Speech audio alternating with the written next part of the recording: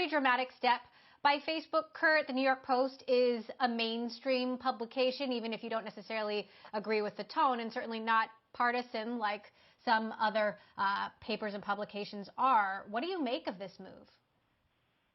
I was pretty surprised as well for all the reasons you just mentioned. Facebook, tried to downplay this a little bit. They pointed to a blog post that they had from over a year ago that said, they do this routinely if they believe that a story might be misleading or wrong, inaccurate, right? They want to make sure it's fact-checked before something like this goes viral. But yeah, when you think about where it's coming from, and more importantly, when you think about who it involves, right? I mean, this involves Joe Biden, who's running for president. It is a pretty drastic step from the company to try and get ahead of this. Now, a lot of our perception of whether or not Facebook did the right thing will be determined when we find out if this story is true or not, right? If we find out that this is a legitimate story, it will look terrible for Facebook because they got in the way of kind of its spread. If we find out that it is indeed misleading, it'll be quite a different story for them as they got ahead of something that could have been really damaging, especially if it's inaccurate.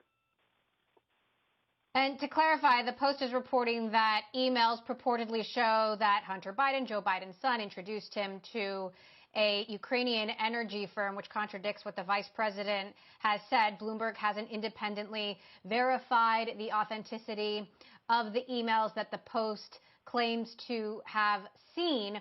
I do want to point out a tweet from Andy Stone in communications at Facebook. Andy saying, while I will intentionally not link to the New York Post, I want to be clear the story is eligible to be fact-checked by Facebook's third-party fact-checking partners. In the meantime, we are reducing its distribution on our platform.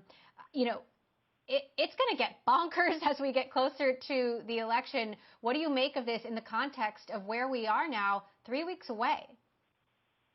Well, what was interesting was that Facebook has actually been warning for over a month now about hack and leak campaigns. So the idea that one side or the other would basically get their hands on documents through a hack, leak those to the press, and try and drag one of the candidates through the mud. It seems pretty clear that they're afraid that this is what that is. If you look at Twitter's warning, actually, they say that this violates the company's policy around distributing hacked material.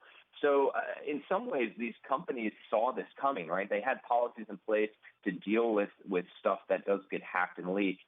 Again, the question is going to be whether or not this is legitimate emails and if it's all true, or if this is some kind of damaging, misleading hoax that they kind of got ahead of.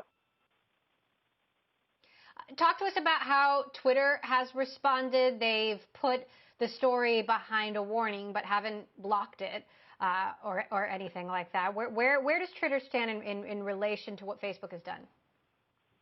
Yeah, it's a little bit of a unique situation there as well, something that I certainly have not seen much of. The link is still available on Twitter. You can still share it as far as I know. But when you click on that link as a user, instead of going directly to the New York Post, you actually go to this warning screen that the company has put up. And on that screen, they're kind of asking you, are you sure this is something that you want to go read, or would you like to go back to Twitter? They mention the fact that it could be misleading. They mentioned that it could be spammy.